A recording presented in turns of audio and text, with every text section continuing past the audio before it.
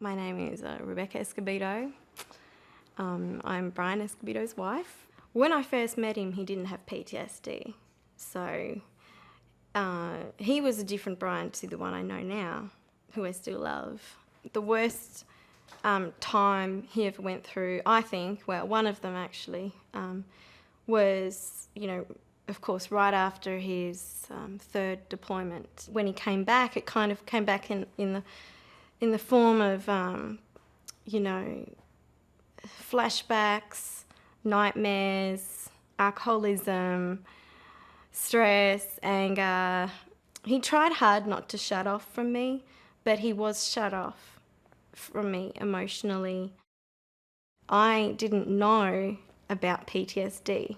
I'd never heard of it before. He just approached me talked to me on the phone one day and he said, I've been realizing that I have certain symptoms. I think I have PTSD. So I'm going to the doctor, I'm going to put it to them and see what they think. And sure enough, he was spot on.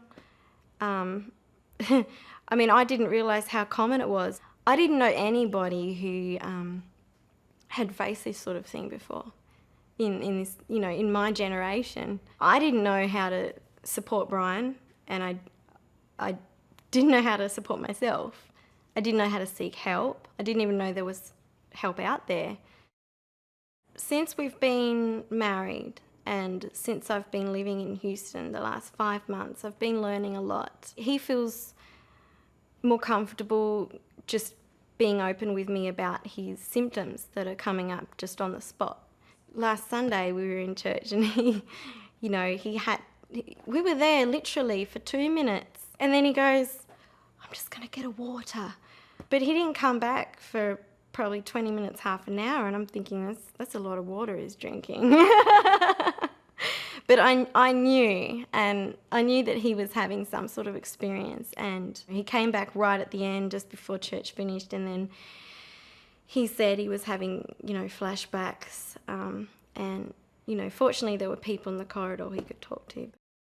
The first sort of concrete thing that we did together was go to a camp that,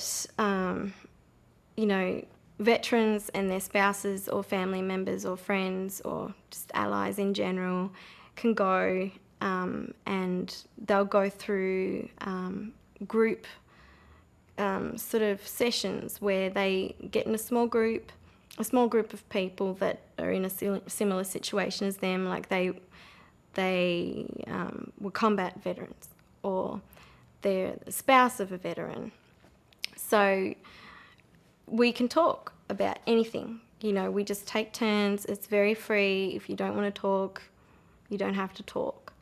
And that was the first time I'd ever done anything like that. I never thought that was something that I needed to do because I'm the one who supports him. But I never realised that I needed help too. If I'm going to be able to support him to my fullest, I need to be able to understand myself and how I'm dealing with it as well. The first time I sat down one of those group sessions, it almost made me want to cry, and I didn't even expect it. That was like the most I'd ever come out and shared with people who've already also been through the same thing. So it was like this massive relief to be able to feel understood. And it was like, when I heard those people speaking, it was like looking in the mirror. It's easy to feel like you're not supported and to feel like no one understands. But believe it or not, there are thousands and thousands of people out there who know exactly what you're going through.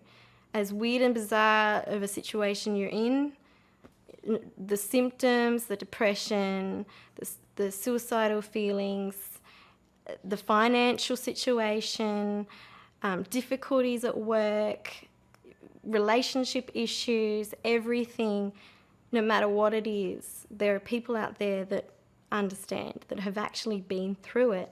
There is so much more help out there and understanding than you'd even realise. But you have to get off your butt and you have to go and seek it. Don't stay inside the house. You know, reach out to, even if it's just a friend or a family member or just a hotline, do something.